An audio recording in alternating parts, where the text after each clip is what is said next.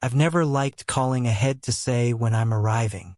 It's a habit I've had since I was young. I like to see the surprise in my Helen's eyes when she sees me walk through the door early. Her eyes light up and she runs to hug me as if we were two newlyweds, even though we've been together for 42 years. Before I tell you how it all started, I have to ask you a favor. Please write in the comments where you are watching me from. And don't forget to like this video and subscribe to the channel. Your help is very important. That day, December 21st, I decided to end my shift as a rideshare driver early. Our coastal town was quiet, and I was just thinking about getting home to start preparing for the holidays with my wife. Christmas has always been special for us. Even more so now that we are alone most of the time, ever since Nathan, our only son, married Amber, leaving already. Arthur Roger asked me, another driver who always parks near the terminal. But it's only 4 o'clock. I already met my quota for the day, my friend. I replied, putting my cell phone in my shirt pocket, and I want to surprise my wife. Roger laughed and slapped me on the back. 40 years married and still with surprises.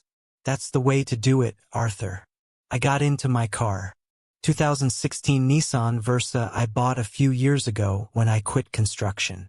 My body just couldn't take carrying cement bags and climbing scaffolding anymore at 62. I drove slowly through the streets, thinking about everything Helen and I had built together. Our house, small but decent, had taken us almost 30 years to finish. I laid every brick myself. We saved every dollar to buy materials with her doing laundry and ironing for other people while I worked double shifts whenever there was work. As I turned the corner of our street, I noticed something strange. There was a car I didn't recognize parked in front of my house. A black Honda Civic, pretty new, and next to it Nathan's truck. I didn't expect to see him until Christmas Eve. 3 days later, I parked half a block away and walked slowly toward the house. Something didn't feel right. Nathan never visited us without warning, and certainly not with that car that wasn't his. As I got closer, I heard laughter coming from inside. Men's laughter, women's laughter, glasses clinking. But what stopped me dead in my tracks was seeing Helen sitting alone on the small bench by the entrance. With her head down and her shoulders shaking, my wife was crying. I approached without making a sound, my heart pounding. "My love, what's wrong?" I whispered, crouching in front of her. Helen looked up, surprised and scared at the same time. Her eyes were red and swollen. "Arr," she exclaimed in a low voice, quickly wiping away her tears. "I wasn't expecting you so early. What's going on? Why are you crying?" I insisted, taking her hands in mine. They were cold despite the afternoon heat. She glanced nervously toward the half-open door of our house, from which laughter and lively conversations continued to pour. "It's nothing, just," she began to say, but stopped when we heard our son's voice. "Come on, Mom. Don't be like that. It's just one signature." Nathan shouted from inside with that tone he used when he lost his patience. Mr. Harold and Mrs. Miriam came especially to help us with the papers. Nathan's in-laws in our house. Papers, signatures. A chill ran down my spine. What papers is he talking about? I asked Helen, lowering my voice even more. My wife squeezed my hands tightly, and I saw fear in her eyes, a fear I had never seen in her. "They arrived 2 hours ago," she explained, her voice breaking. "Nathan, Amber, and her parents. They brought some beers, started making toasts. I thought it was a normal visit that they wanted to spend time with us for the holidays. But then she stopped when we heard footsteps approaching the door. I quickly stood up and moved to one side, partially hidden by the porch column. The door opened completely and Nathan appeared. 35, our son looked a lot like me. But there was something in his eyes I never liked.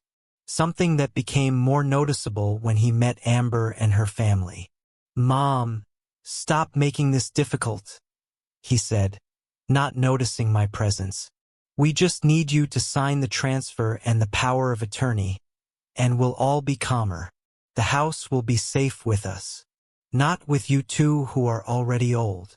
I froze when I heard those words. Transfer? Power of attorney? Our house? What transfer? "Nathan?" I asked, stepping out from my hiding place. My son was so startled he almost lost his balance. His face went from red to white in a second. "Dad, no. I didn't know you were here," he stammered, looking nervously back into the house. "How long have you been here?" "Long enough," I replied, feeling my blood begin to boil. "What is this about a transfer and a power of attorney? What are you asking your mother to sign?" Before Nathan could answer, Amber appeared behind him. An attractive woman, but with a smile that never reached her eyes. "Mr. Arthur, what a pleasant surprise," she exclaimed with false joy. "We were just talking about you." Behind her, two more figures appeared. Mr. Harold Ledesma and Mrs. Miriam. He was a bulky man with a neatly trimmed mustache and expensive clothes. She was a thin woman with dyed blonde hair loaded with jewelry that looked too heavy for her neck. "Mr. Arthur, a pleasure to see you," said Mr. Harold, extending his hand to me. I didn't take it. Instead, I stared hard at my son. "Nathan, I asked you a question. What papers are you asking your mother to sign?" My son exchanged a quick glance with his father-in-law before answering. "Dad, it's not a big deal. We just wanted to secure the family's future," he said, trying to sound reasonable. "With your job as a driver and your age, we're worried you might lose the house if something happens to you." "If you put it in our name in your name," I interrupted, feeling short of breath. "This house? The one I built brick by brick with my own hands? The one your mother and I paid for with 40 years of hard work?" "Mr. Arthur, I think you're misinterpreting the situation." Mr. Harold intervened with a condescending tone that made me clench my fists. "We just want to protect the family assets. My son-in-law and I know influential people who can ensure everything is in order." "In order," I repeated, trying to stay calm. "This house is already in order. I have the deed. All the papers are up to date. I don't need anyone to protect it." "Dad, you're being stubborn," Nathan said, and I noticed he had been drinking from the brightness in his eyes and the slight wobble in his stance. "You're not young enough to be driving all day. What will happen when you can't work anymore? How will you keep the house?" I felt Helen's hand on my arm, squeezing it gently, silently, asking me not to lose my temper. "Your mother and I have planned our retirement for years," I replied as calmly as I could. "We have our savings, my pension, and the house is completely paid off. We don't need anyone to help us with what's ours." "Mr. Arthur," Mrs. Miriam chimed in with a smile that was meant to be motherly. "We just want what's best for everyone. Imagine if you put the house in Nathan and Amber's name. You could continue to live here without worrying about anything. They would take care of everything, the taxes, the maintenance, and you would just have to enjoy your old age in peace." Amber completed, looking at my wife. "Mrs. Helen, you understood perfectly just a few minutes ago. Why are you hesitating now?" I saw my wife look down, ashamed, and I felt something break inside me. They had been pressuring her, maybe for hours, taking advantage of her being alone. "Nobody is signing anything," I said firmly, placing myself between them and my wife. "And I'm going to ask you to leave my house right now, Mr." Harold's friendly expression changed to one of barely contained disgust. "I think you're making a mistake, Mr. Arthur. We just want to help." "If you want to help," I replied, looking him straight in the eye, "you can start by respecting our decisions and our property." Nathan took a step toward me, his face flushed with anger or alcohol. "Or both." "Dad, you're ruining everything," he claimed. "Mr. Harold can help us. He knows a lot of important people.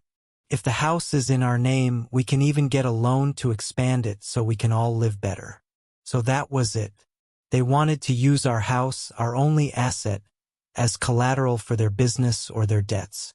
Nathan, look at me, I said, controlling my voice. This house is not for sale. It's not for loan, and it's not being put in anyone's name but your mother's and mine. And now, please, you and your guests, leave. There was a tense moment where no one said anything. Then Mr. Harold let out a short, dry laugh. Let's go, family. It seems Mr. Arthur needs time to think things over more calmly, he said, gesturing toward the door. We'll talk another day when he's more receptive. Amber took Nathan by the arm, who was looking at me with a mixture of rage and shame. Dad, you're making a mistake, he told me. We just want to help you. If you want to help us, I replied, start by respecting your parents and what we've built. The four of them went inside to get their things. I took that moment to speak quietly with Helen. Did they pressure you a lot? Did you sign anything? I asked worriedly. She shook her head. No, but they were so insistent. They told me it was for the best, that we would be protected if something happened to you. Her voice broke. Forgive me, Arthur. For a moment I almost believed them. I held her tightly, feeling her fragile body against mine. In that instant, I swore that no one would ever make her cry like that again. Not even our own son. A few minutes later, the four of them came out of the house. Mr. Harold gave me a look that was meant to be friendly, but hid something darker. Think about it, Mr. Arthur. The offer still stands. We just want what's best for everyone, he said, extending his hand again. Again, I didn't take it. Thank you for your concern, I replied dryly. But my wife and I know perfectly well how to manage our own affairs. When they finally left, Nathan paused for a moment before getting into his truck. Dad, Mom, I'm sorry if I made you feel bad, he said, but he didn't sound truly sorry. I was just thinking about everyone's future. Nathan. Son, I said, suddenly feeling tired. Your mother and I decide our future, and I hope you never try something like this again. He nodded, but I saw in his eyes that this wasn't over. As I watched them drive away, a sense of unease settled in my chest. Something told me this was just the first battle of a war I hadn't asked for, but that I was willing to fight to the end. Helen took my hand, and we went into our house together. On the kitchen table were the half-finished beer bottles and some papers that I hadn't seen clearly. I picked them up and my heart skipped a beat. They were drafts of a power of attorney and a property transfer already on a notary's letterhead. They had this all planned, I murmured, showing the papers to my wife. She looked at them in horror and then hugged me tightly. I'm scared, she confessed. The way they talk to us, as if we were two useless old people who can't decide for ourselves anymore. I held her and kissed her forehead. But my mind was already working. I needed to act fast to protect what had cost us so much to build. I needed a plan. Don't worry, my love, I said with a confidence I didn't fully feel. I won't let anyone take what's ours. I promise you. As I held her, I looked around our small living room. Every corner of this house held a story, a memory, a piece of our lives. And I suddenly understood that what was at stake was much more than just walls and a roof. It was our dignity, our life's work, our right to decide what belonged to us.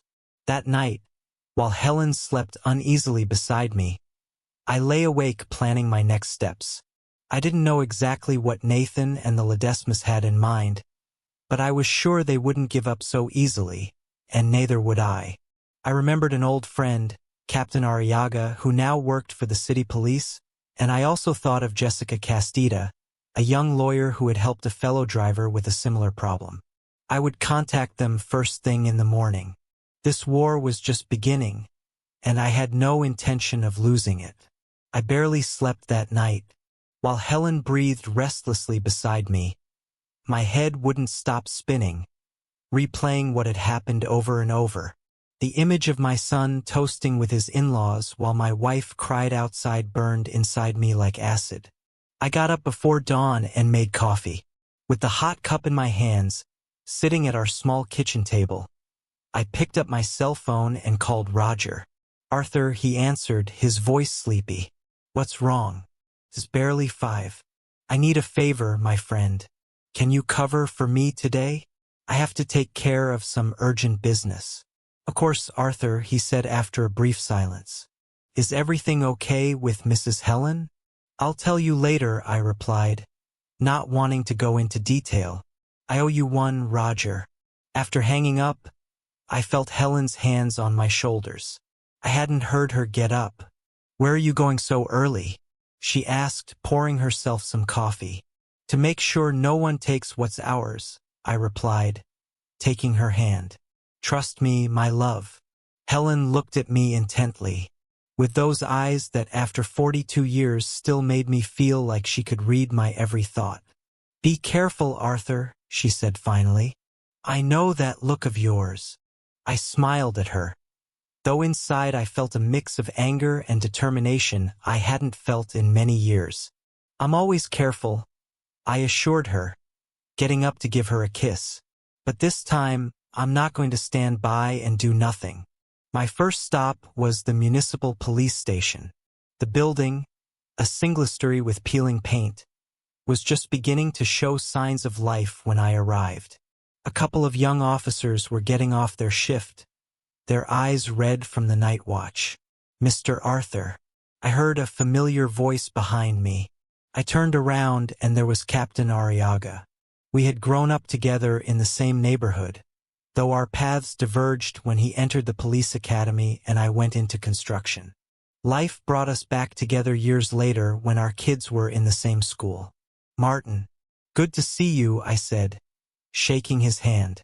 What brings you here so early? He asked, motioning toward his office. Come on in. I just made coffee. Once inside, I told him everything that had happened the day before.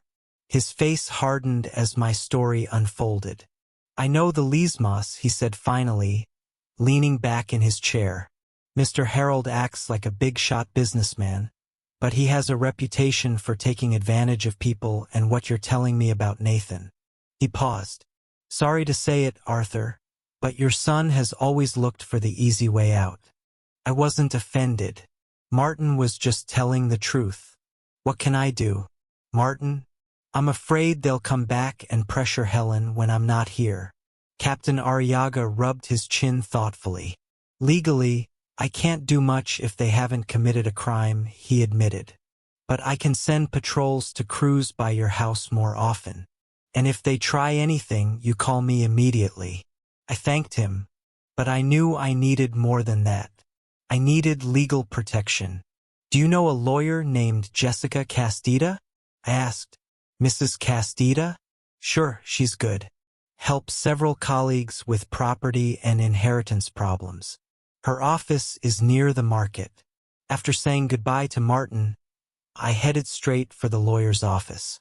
To my surprise, despite the early hour, the lights were on. I knocked on the frosted glass door, and a young voice invited me in. Jessica Castana turned out to be a much younger woman than I expected, probably in her 30s. She wore a simple but formal suit, and her black hair was pulled back in a tight bun. Her eyes behind thin framed glasses studied me with curiosity. How can I help you? She asked, pointing to a chair in front of her desk. I told her my situation without leaving out any details. She listened without interrupting, taking occasional notes in a legal pad. When I finished, she took off her glasses inside. Mr. Arthur, what you're describing is unfortunately very common, she said. Children or relatives pressuring seniors to transfer their assets, sometimes with deception, sometimes with veiled threats. What can I do to protect us? Several things, she replied, putting her glasses back on. First, we need to review your paperwork. Do you have a will? I made one about 10 years ago, I admitted. Nathan is our only son, so we left him as the sole heir. We need to change that immediately, she said firmly. And we need to revoke any power of attorney your son might have. Power of attorney? We haven't given him any power of attorney. The lawyer looked at me intently. Are you completely sure?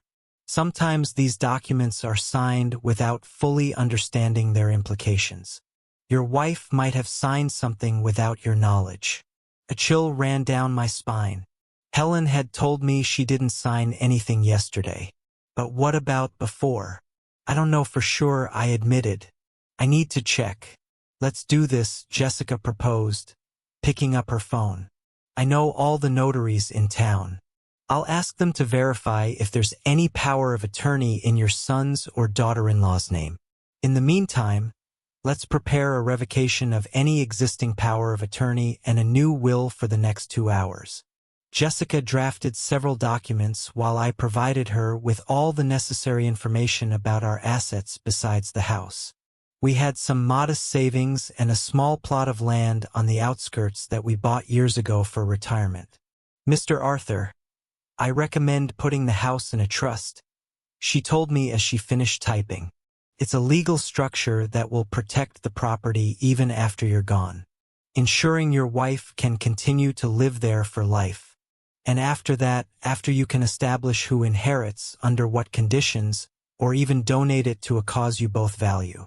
The important thing is that no one can pressure you to transfer it. Now the phone rang, interrupting us. Jessica answered, and her expression turned serious as she listened. When she hung up, she looked at me gravely. We have a problem. Mr. Arthur, according to Mr. Lopez, the notary, a general power of attorney was registered 6 months ago in favor of your son, Nathan, signed by Mrs. Helen. I felt the floor move beneath my feet. That's impossible, I protested. Helen would never do that without consulting me. The notary says the signature looks authentic. But she paused. Mr. Arthur, does your wife sign all her own documents? Or do you sometimes sign for her?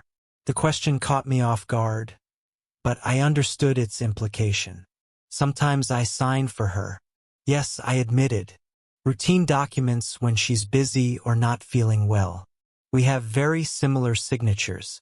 Jessica nodded as if confirming a suspicion. Is it possible someone forged her signature or that they had her sign something making her believe it was another document? She said, in any case, we are going to revoke that power of attorney immediately and file a complaint for possible forgery.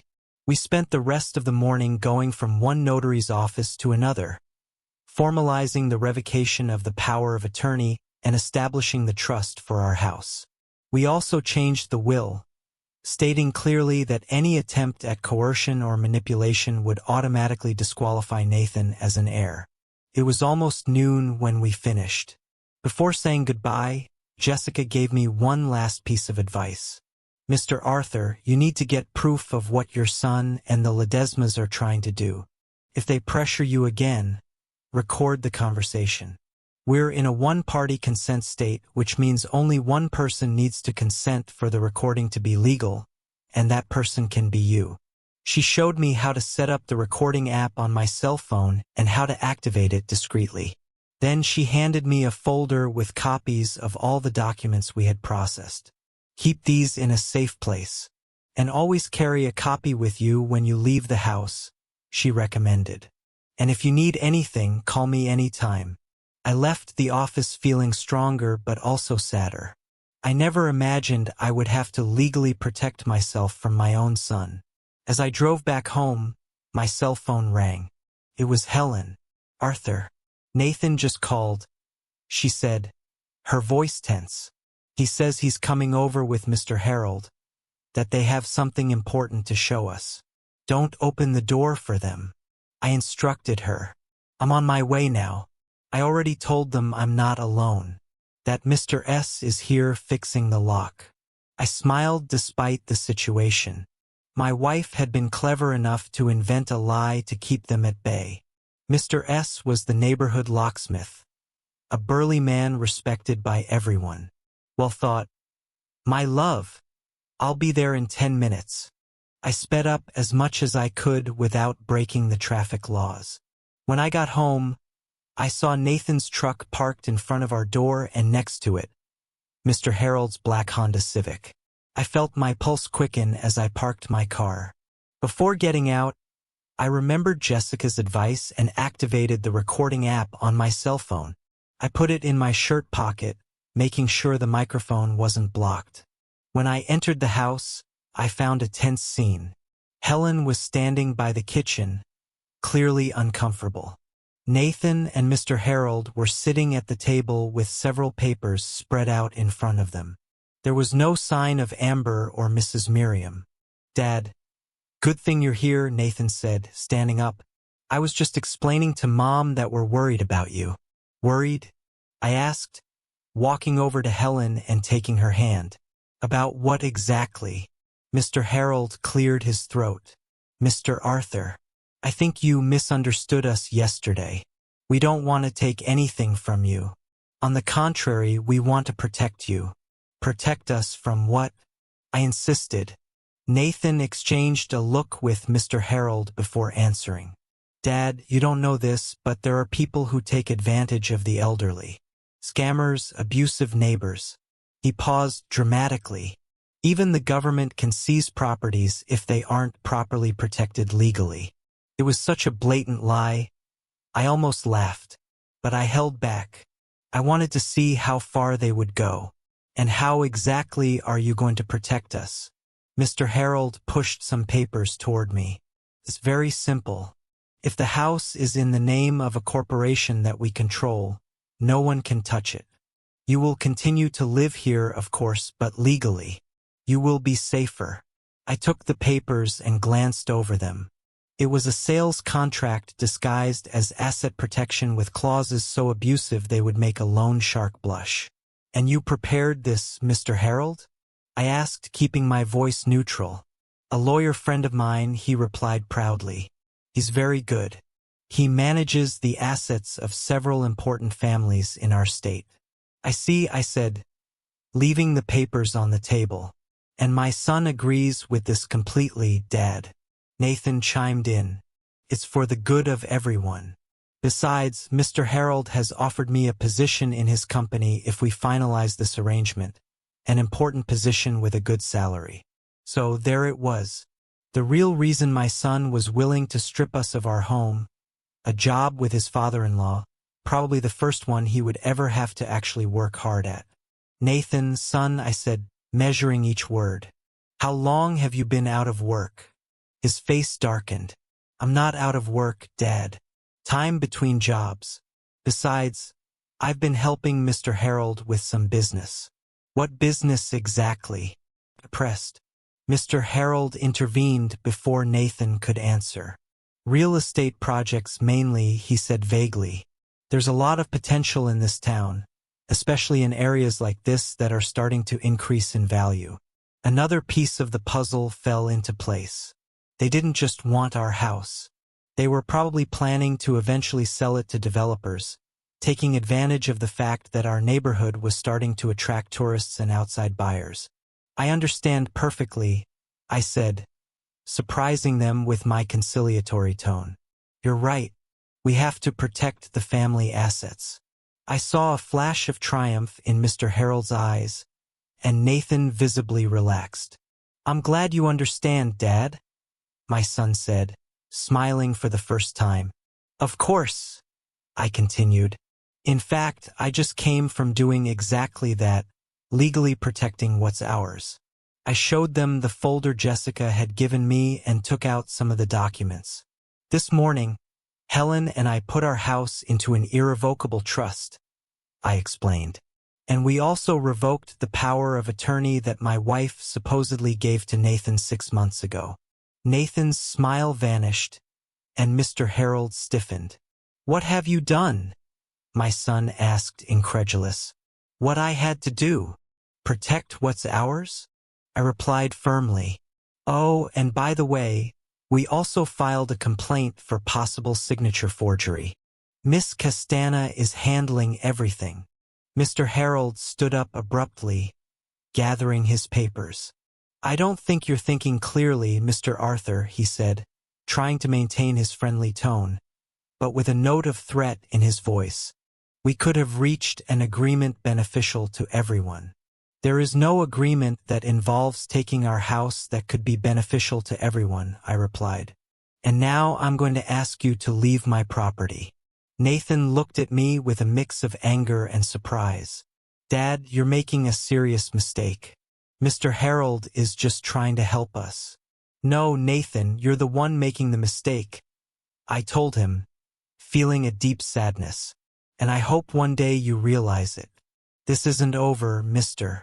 Harold threatened as he headed for the door. I have friends everywhere, and your little lawyer is going to find that out soon. Your threats are recorded. Mr. Harold, I informed him, taking my cell phone out of my pocket, just like this entire conversation. Miss Castana suggested I gather evidence, and that's exactly what I've done. Mr. Harold turned pale, and Nathan was dumbfounded. Well, see you in court if necessary, I added.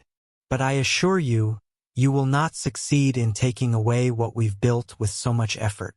Without another word, Mr. Harold left the house. Nathan stayed for a moment, looking at me with an expression I couldn't decipher. I never thought you would distrust me like this, he said finally.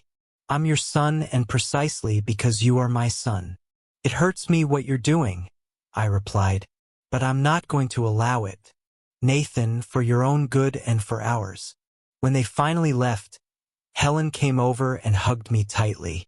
I was so scared, she murmured against my chest. When they called, I thought they were coming with papers I had signed without realizing it, or everything is fine now, my love, I reassured her. They can't do anything to us. But as I held her, I looked out the window and saw Nathan and Mr. Harold talking heatedly next to their vehicles. My son was gesturing angrily, and his father-in-law seemed to be giving him instructions. I was certain that this wasn't over. It was just beginning. That night, I called Mr. S., the neighborhood locksmith. I had known him for years. We had worked together on several construction sites when I was still a mason. He was a burly man with large rough hands from work, but with the precision of a surgeon when it came to locks.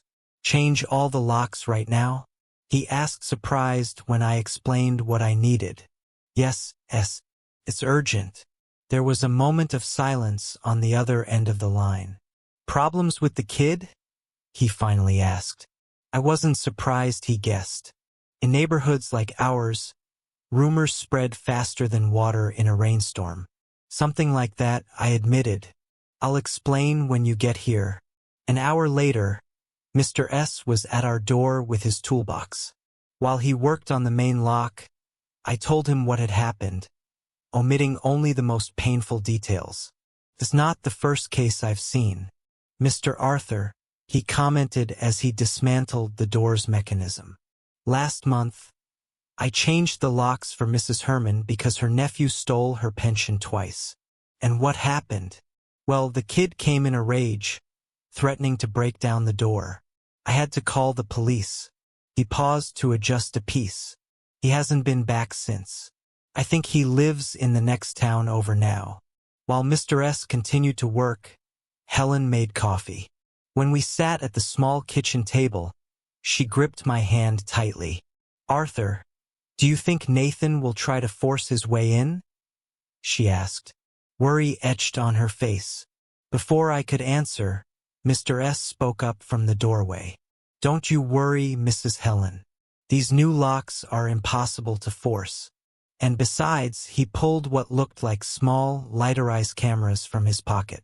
I'm going to install these at the entrance and in the backyard. They're security cameras that connect to your cell phone. If anyone tries to get in, it sends you an alert. Where did you get those, S? I asked, surprised. A buddy of mine imports them. They're good and not too expensive. I'll leave them as part of the job, I accepted gratefully. Any extra security measure was welcome. Mr. Sal finished around 10 at night. Before leaving, he handed me 3 new sets of keys, one for each of you, and keep the third one well hidden just in case, he recommended. And Mr. Arthur, if you need anything else, anything at all, just call me. I paid him what we agreed on, plus extra for the urgency and the cameras. When he left, Helen and I sat in the living room, each lost in our own thoughts. Do you really think Nathan would try to enter without permission? My wife finally asked, her voice breaking. I sighed deeply. Pained me to even consider the possibility. But after what I had seen, I could no longer trust our son. I don't know, my love, I answered honestly. But it's better to be safe. That night, while Helen slept restlessly beside me, I reviewed the recording I had made of the conversation with Nathan and Mr. Harold over and over. I emailed it to Jessica Castana and also saved it to the cloud, just as she had taught me. The next day, I decided to go to work as usual. We needed to maintain our routine so as not to arouse more suspicion. Besides, I needed the money. If life had taught me anything, it was that legal battles, even just ones, always cost money. It was a quiet day at work. I picked up several tourists from the airport, took a family to the main beach, and ended the day with a long trip to the next town over. By the time I got back to our town, it was already getting dark. As I approached home, I noticed something strange. There were 2 vehicles I didn't recognize parked nearby. They were neither Nathan's truck nor Mr. Harold's Honda Civic, but a white Volkswagen and a red Jeep. A chill ran down my spine. I parked half a block away and approached cautiously. Just then, my phone vibrated. It was a notification from the cameras Mr. S had installed. There was movement at the front door. I opened the app and what I saw froze my blood. Amber, Nathan's wife, was at our door, banging insistently. Next to her were a man and a woman I didn't recognize.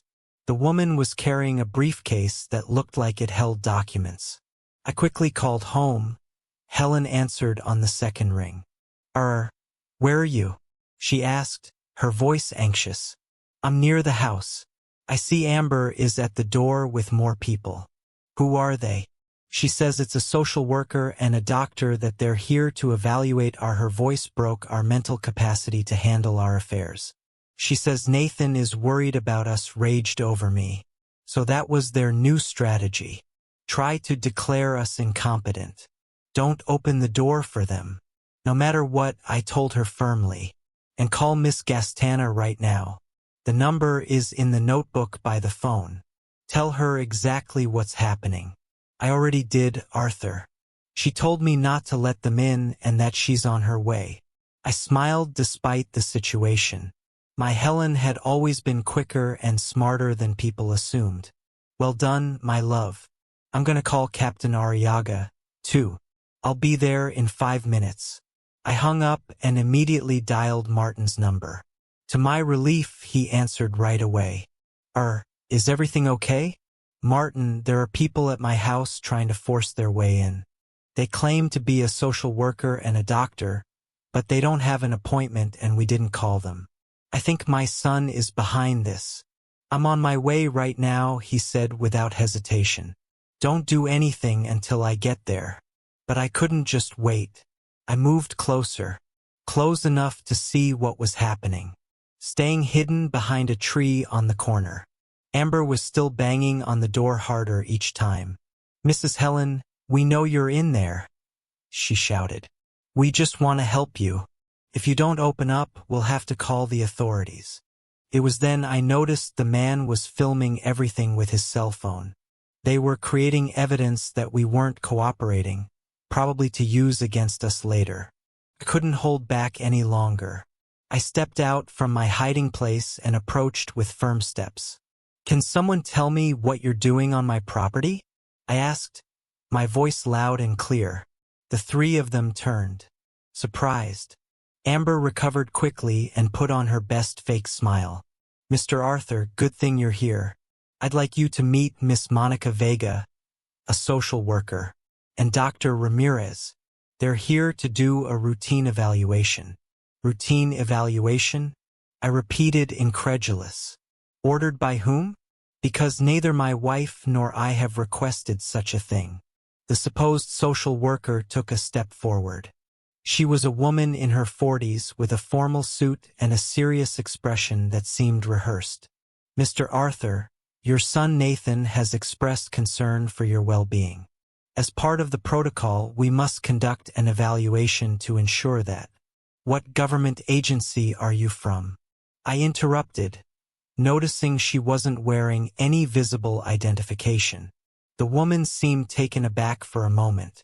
We work with a private assistance program, she replied vaguely. Your son hired us too. Then you have no legal authority to be here, I concluded. I'm going to ask you to leave my property immediately. The supposed doctor intervened then.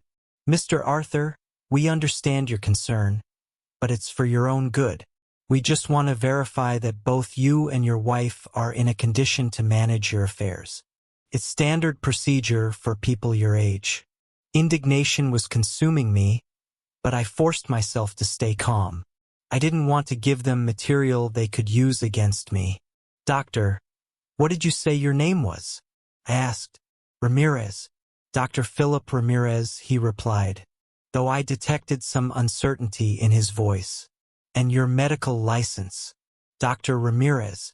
I'd like to see it if you don't mind. The man became visibly nervous. I have it in the car. Good. That won't be necessary. A firm voice interrupted from behind me. I turned to see Jessica Castida approaching with purpose, followed closely by Captain Arriaga and another police officer. Miss Vega, Dr. Ramirez, Jessica said in a tone that made it clear she knew their identities. I'm afraid you are committing several crimes, including impersonating public officials and harassment. The fake social worker lost all her composure. We were just saved the explanations. Jessica cut her off. You can give them at the station when you present your professional credentials, which, by the way, I highly doubt you have. Captain Arriaga approached the three visitors. I'm going to need you to accompany me to verify your identities, he said with authority. And I'm going to have to temporarily confiscate that phone you were recording with without consent. Amber looked like she was about to protest, but something in Martin's expression made her change her mind. The three of them followed the officers to the patrol car parked on the corner. Jessica walked over to me. Mr. Arthur, this is exactly what I warned you about. They are looking for any way to declare you incompetent to manage your assets. Who are those people? Really?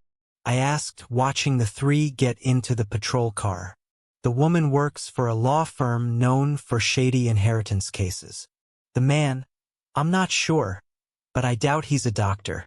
And as for your daughter-in-law, she knows exactly what she's doing. I completed. Jessica nodded gravely. Mr. Arthur, this is going to escalate. We have to get ahead of their next moves. We went into the house where Helen was waiting for us, visibly shaken, but firm. After making sure she was okay, we sat in the living room to discuss the next steps. What they tried today is just the beginning, Jessica explained. They will surely try again, maybe with real officials next time. We need to legally establish that you are in full possession of your mental faculties. How do we do that? Helen asked. First thing tomorrow, I'll take you to a geriatric doctor and a forensic psychologist for evaluations, Jessica replied. These reports will be crucial if they try to question your capacity in court. I nodded, understanding the strategy. And what about the forged power of attorney? I asked. I've already filed the formal complaint. Mr. Lopez, the notary, is cooperating. He says he vaguely remembers Mrs. Helen, but admits he didn't verify her identity with the required rigor. That gives us a good case to nullify the document.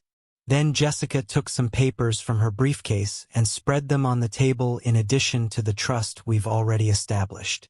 I recommend we do this, she pointed to a legal document. It's an advance directive. Basically, you designate someone you trust to make decisions for you in the event you truly do lose capacity in the future. This way you ensure that no matter what, Nathan or the Lismos cannot control your affairs. And who could we designate? Helen asked, her voice breaking. Nathan is our only son. The question hung in the air, heavy and painful. It was true. Other than Nathan, we had no close relatives who could take on that role. Think of trusted friends, people who have proven their loyalty over the years, Jessica suggested. I immediately thought of Roger, my fellow driver. We had known each other for over 15 years, and he had always been like a brother to me, but I wasn't sure if he would accept such a responsibility. I have someone in mind, I said finally, but I need to talk to him first. Jessica nodded sympathetically. There's no rush for this document. The important thing now is to focus on the medical evaluations and strengthening our legal position. When Jessica left, Helen and I sat in silence. Finally, my wife spoke.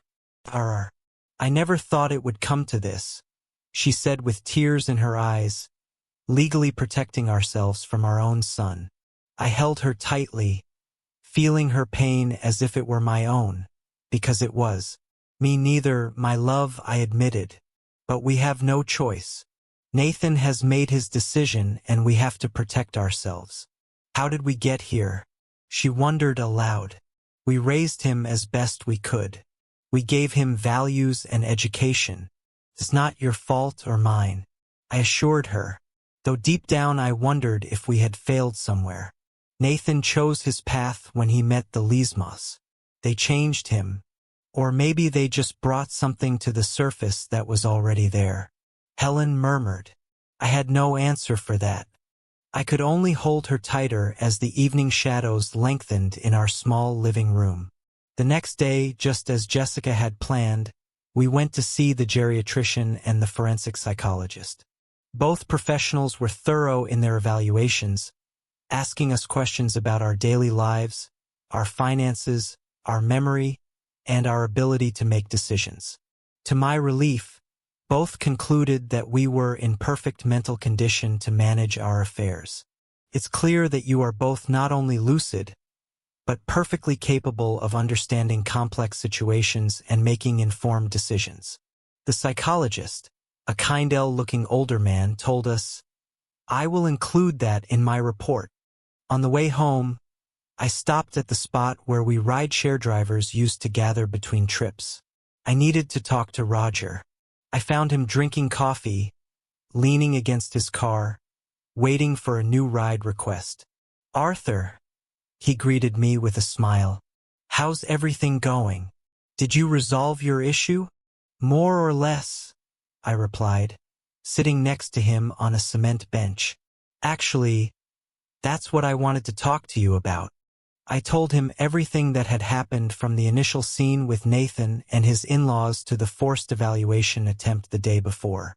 Roger listened intently, his expression changing from surprise to outrage. I can't believe it, Arthur, he said when I finished my story. Your own son doing this for a house? It's not just the house, Roger. It's the easy money. It's the control. I sighed deeply. The fact is, I need to ask you something important. I explained about the advance directive and what it entailed. To my surprise, Roger didn't hesitate for a second. Of course, I'll accept, Arthur. It would be an honor for you to trust me with something like that. You and Mrs. Helen have been like family to me ever since my wife passed away. I felt a lump in my throat. The loyalty of a true friend in times like these was invaluable. Thank you, Roger. You don't know what this means to us. We talked for a while longer, and then I returned home with a mix of contradictory emotions. On one hand, the deep sadness of being at war with my own son. On the other, gratitude for having people like Jessica, Martin, and Roger who were willing to help us in these dark times. When I got home, I found Helen in the kitchen preparing lunch. There was something different about her, a new determination I hadn't seen in days. How did it go with Roger? She asked as she chopped vegetables with precision. He accepted without hesitation, I replied, washing my hands in the sink. He says it's an honor for him. Helen nodded as if she had never doubted the answer. Good. Then tomorrow we'll call the lawyer to prepare the document, she said firmly. And Arthur, I've been thinking maybe we should consider changing the locks on the plot of land, too. I was surprised by her suggestion, but she was right. The small plot of land we had bought on the outskirts for our retirement could also be in Nathan and the Ledesma sites. You're right, I agreed. I'll call Mr. S to take care of that, too. And one more thing, Helen continued, setting the knife aside and looking at me directly. I want to learn how to use the cell phone better, how to use those security apps, how to record conversations, all of it. I don't want to always depend on you to protect us. Her determination filled me with pride and love. My Helen, always stronger than people assumed. I'll teach you everything I know, I promised, hugging her. And what I don't know, we'll learn together. That afternoon, as I showed her how to use the different security apps on her phone, I felt something changing within us. The pain of Nathan's betrayal was still there, sharp and deep, but alongside it, a fierce determination was growing, not to let ourselves be beaten, to protect what we had worked so hard to build throughout our lives. We knew the battle was just beginning. Nathan and the Ledesmas surely had more tricks up their sleeves, but we were no longer unprepared. We were armed with legal knowledge, with evidence, with faithful allies, and above all, with the certainty that what we were defending was just in ours. Night was falling when I received a message from Miss Jessica. It was a notification that the court had accepted our complaint for signature forgery and that a formal investigation would soon begin. It was a small victory, but it gave us hope. As I watched Helen practicing with her cell phone, I smiled to myself. The Ledesmas and Nathan thought we were two helpless old people, easy to manipulate and deceive. How wrong they were. They had barely seen what we were capable of. The following weeks passed in a tense calm. We heard nothing from Nathan or the Ledmas, which, far from reassuring us, kept us in a constant state of alert. As Captain Arriaga told me, when your enemy is quiet, that's when you should be most worried. We continued with our daily routine. I left early for work, picking up passengers at the airport or taking tourists to the beaches. Helen continued with her usual activities, but now she always carried her cell phone with her, recording any suspicious interaction, just as I had taught her. One afternoon, while waiting for passengers at the airport, I received a call from Jessica Castana. Mr. Arthur, we have news, she said, getting straight to the point. The notary, Mr. Lopez, has formally admitted that the signature on the power of attorney was not properly verified. Furthermore, we've gotten a handwriting expert to confirm that it does not match Mrs. Helen's authentic signature. I felt immense relief wash over me. So, the power of attorney is definitively nullified. Exactly. And there's more, Jessica continued. The forgery complaint is moving forward. The judge has summoned Nathan to testify next week. That was good news, but also worrying. If Nathan was legally cornered, what would he try now? Do you think they'll try something else? I asked.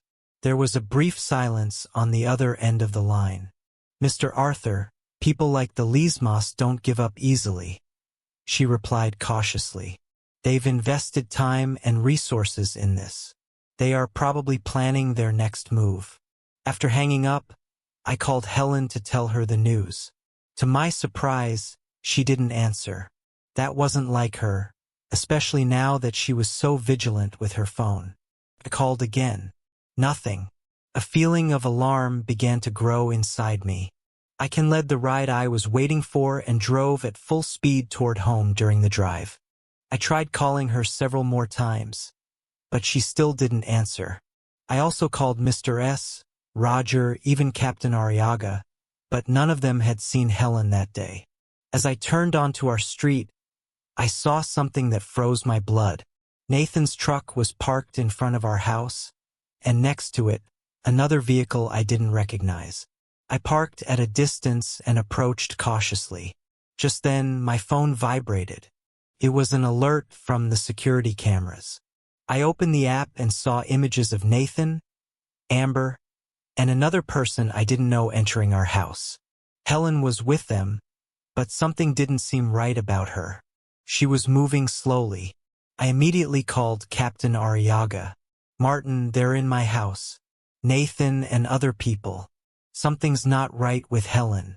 "I'm on my way," he responded without hesitation. "Don't go in alone, Arthur. Wait for me." But I couldn't just wait. My wife could be in danger. I moved toward the house, my heart pounding. Before reaching the door, I decided to check the side window first, where I could see part of the living room without being seen. What I witnessed left me frozen. Helen was sitting on the sofa with a lost look in her eyes while a man in a white coat took her blood pressure. Amber was filming everything with her cell phone, and Nathan was talking animatedly, as if explaining something. I couldn't hear what they were saying, but it was clear they were creating some kind of evidence about Helen's health. Rage flooded me as I saw how my wife seemed unable to defend herself. Had they given her something? Was she medicated against her will? I couldn't wait any longer. I took my cell phone, activated the video recording, and headed for the front door. To my surprise, it wasn't locked. I entered quietly. As you can see, Nathan was saying to the camera Amber was holding, "My mother is in no condition to make important decisions. She needs constant supervision. And what the hell is going on in here?" I interrupted, my voice shaking with fury. The three of them spun around, surprised by my entrance. The man in the white coat turned pale and moved away from Helen, my wife. Upon seeing me, tried to stand up, but seemed disoriented. "Dad," Nathan said quickly, recovering from the surprise. "We weren't expecting you so early. We're doing a medical evaluation on Mom. She's been very confused lately." "Confused?" I repeated, approaching Helen and taking her hand. It was cold and trembling slightly. "What have you done to her?" "Nothing, Mr. Arthur," the man in the white coat intervened, visibly nervous. "I just gave her a mild sedative to calm her anxiety. She was very agitated when we arrived." "A sedative without her consent?" My voice rose dangerously. "And who are you? A real doctor this time?" The man stammered something unintelligible while Amber continued to film the entire scene. "Turn off that camera," I ordered her. "What you are doing is illegal. It's for everyone's protection," she replied without stopping the recording. "To document Mrs. Helen's condition." At that moment, Helen spoke, her voice weak, but clear. "They tricked me, Arthur," she said, squeezing my hand. "They said they were bringing news about you, that you had been in an accident. When I opened the door, they forced me to take some pills." Rage blinded me for an instant. I advanced on Nathan, who instinctively recoiled. "Do you realize what you've done?" I said, restraining myself from losing my temper. "This is assault. It's elder abuse. It's breaking and entering. We're just trying to help," Nathan insisted, though his voice no longer sounded so confident. "Mom needs attention. You don't see how she is because you're out all day working." "Enough," I cut him off. "I want all three of you out of my house right now. And you?" I turned to the supposed doctor. "Tell me exactly what you gave my wife." The man, growing more nervous, took a bottle of pills from his pocket. "It's just a mild anti-anxiety pill. It won't cause any harm. The effect will wear off in a few hours." I took the bottle and pocketed it. It would be important evidence. "Out of my house now," I repeated. But Nathan didn't move. "We're not leaving. We're going to wait for the competent authorities to arrive to assess the situation." "What authorities?" I asked, feeling a chill. "We called social services before we came. he explained with a triumphant smile. We explained our concern about the mental state of you two. They should be here any minute. So that was their play. Create a crisis situation so the authorities would find them helping supposedly incapacitated parents. I was about to answer when I heard vehicles parking in front of the house. For a moment, I feared it really was social services. But then I saw Captain Arriaga's patrol car out the window and next to it, another vehicle from which Jessica Castaneda was getting out. It looks like your authorities just arrived, I told Nathan, feeling immense relief. A minute later, Captain Arriaga entered the house, followed by another officer and Jessica. The lawyer immediately ran to Helen. Mrs. Helen, are you all right? She asked, kneeling in front of her. They gave me something. I feel dizzy, my wife replied. Jessica turned to the man in the white coat, who now looked like he wanted to disappear. Did you administer medication to her without her consent? She asked in a sharp tone. Are you aware that constitutes a serious crime? Meanwhile, Captain Arriaga approached Nathan and Amber. I'm going to have to ask you to come with me to the station to make some statements, he said with authority. There are several potential crimes here: breaking and entering, administering substances without consent, impersonating an authority. We haven't impersonated anyone, Amber protested. We're just helping elderly people who clearly can't take care of themselves. Elderly people who can't take care of themselves, Jessica repeated, standing up. I have medical and psychological reports in my briefcase from 2 weeks ago certifying that both Mr. Arthur and Mrs. Helen are in perfect mental condition. Reports prepared by accredited professionals. Not by, she looked disdainfully at the man in the white coat. Unidentified individuals who drug people against their will. The fake doctor, seeing the situation getting worse for them, decided to confess. I didn't want to be part of this, he said, his voice trembling. They paid me to play this part. To pretend I was a doctor and say the lady was confused. I'm not a doctor. I'm an actor. I work in local commercials. Nathan looked at him with fury. Shut up, you idiot, he shouted. But it was too late. The man, scared, kept talking. They gave me a script. They told me exactly what to say, what to do. They promised me there would be no legal consequences, that it was just a family intervention. Captain Arriaga took out his handcuffs.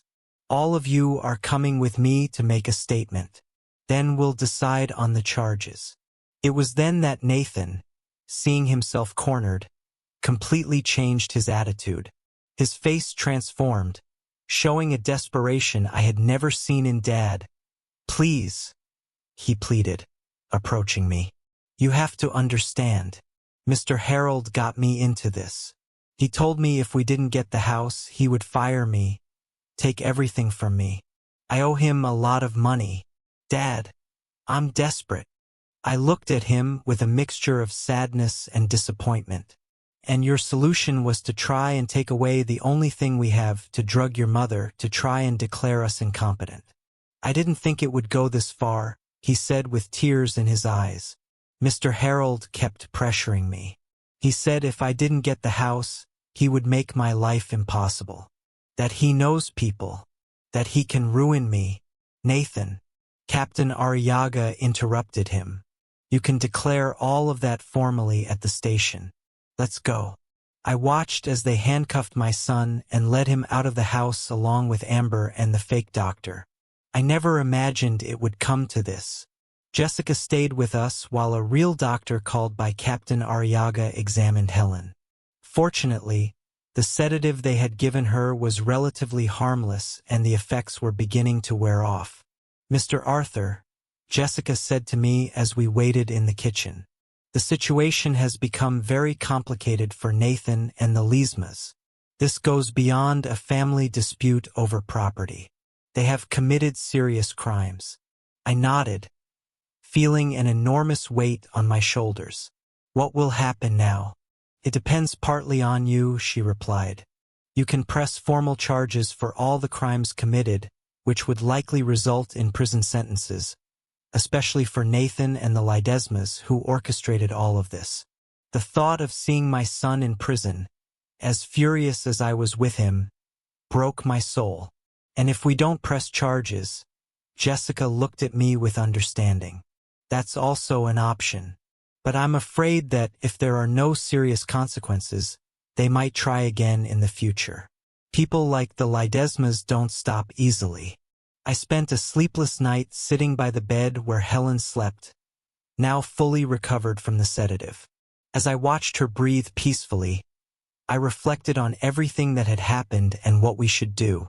The next morning, after breakfast and a long talk with Helen, we made a decision. We called Jessica and asked her to accompany us to the station. Captain Arriaga was waiting for us there, and he informed us that Nathan, Amber, and the fake doctor were still in custody. The lemmas had been located and questioned, but we're free for the time being. We've decided how to proceed, I told Martin and Jessica when we sat down in his office. We don't want Nathan to go to prison. Jessica nodded sympathetically. I understand your feelings, Mr. Arthur. But however, I interrupted her. We don't want this to go without consequences either. I want Nathan to understand the gravity of what he did to learn his lesson. What exactly are you proposing? The captain asked. Helen took my hand and looked at me, giving me the strength to continue. We want to make a deal, I explained. Nathan must completely distance himself from the Ledesmas, divorce Amber if necessary, get an honest job, and support himself. And as long as he demonstrates that he is changing, that he is taking responsibility for his life, we will not press charges for what happened yesterday. And the Ledesmas?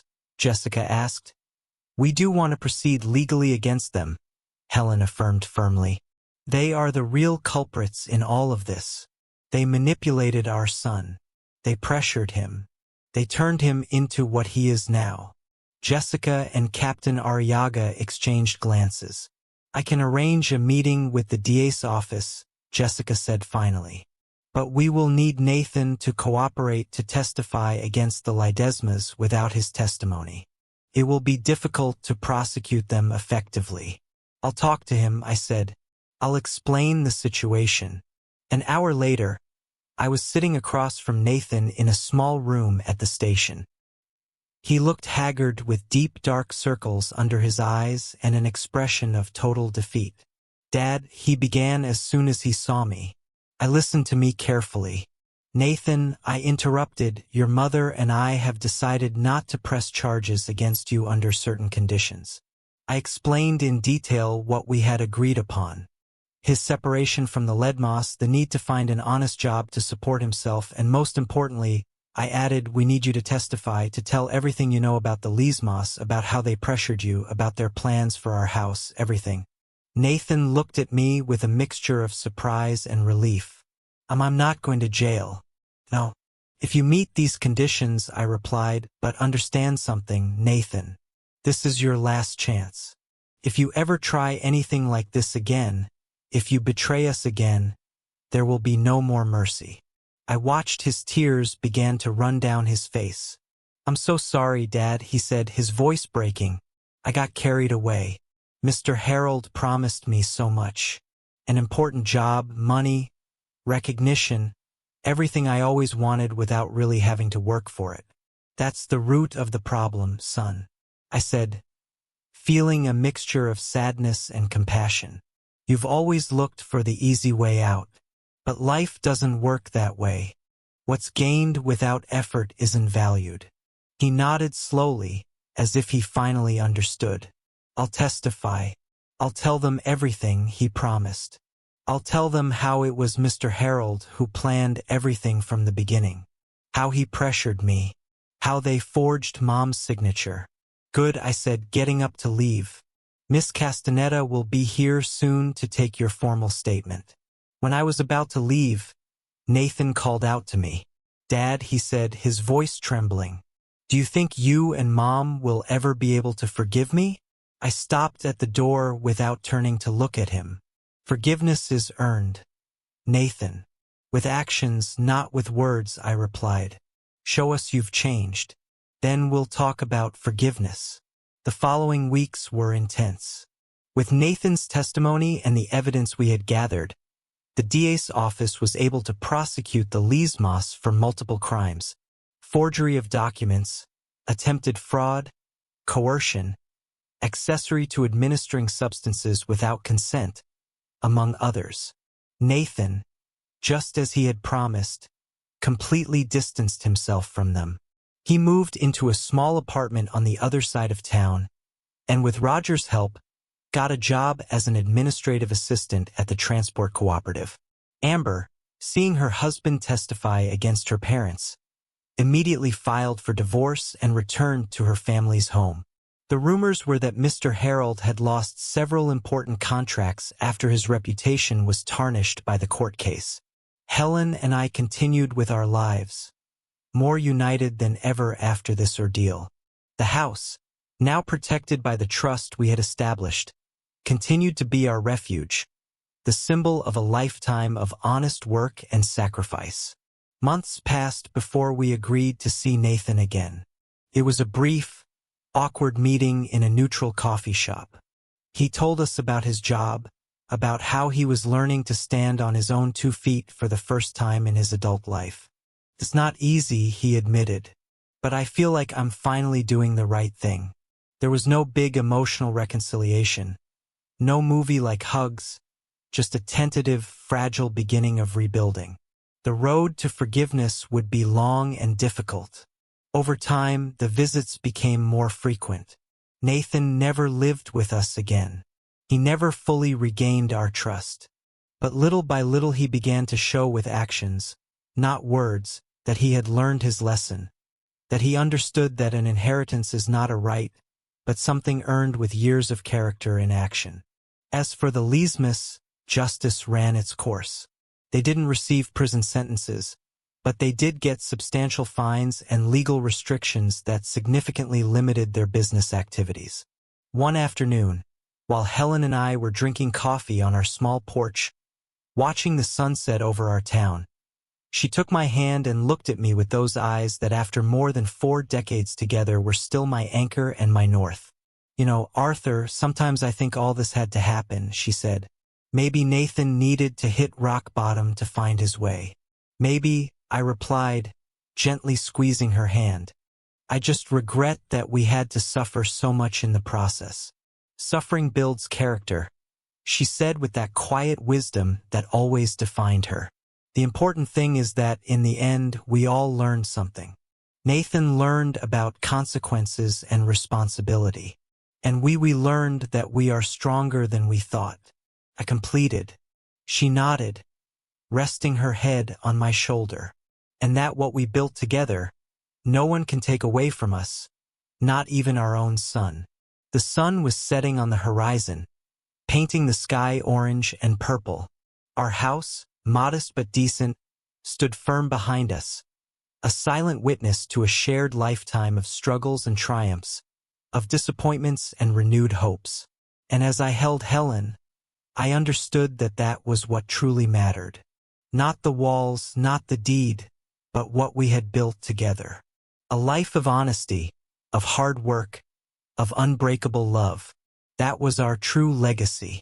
One that no one, not even those closest to us, could ever take away. If my story moved you and you found it valuable, don't forget to subscribe to William's Revenge Stories and activate notifications. Your support encourages me to keep sharing these life experiences that we can all learn from.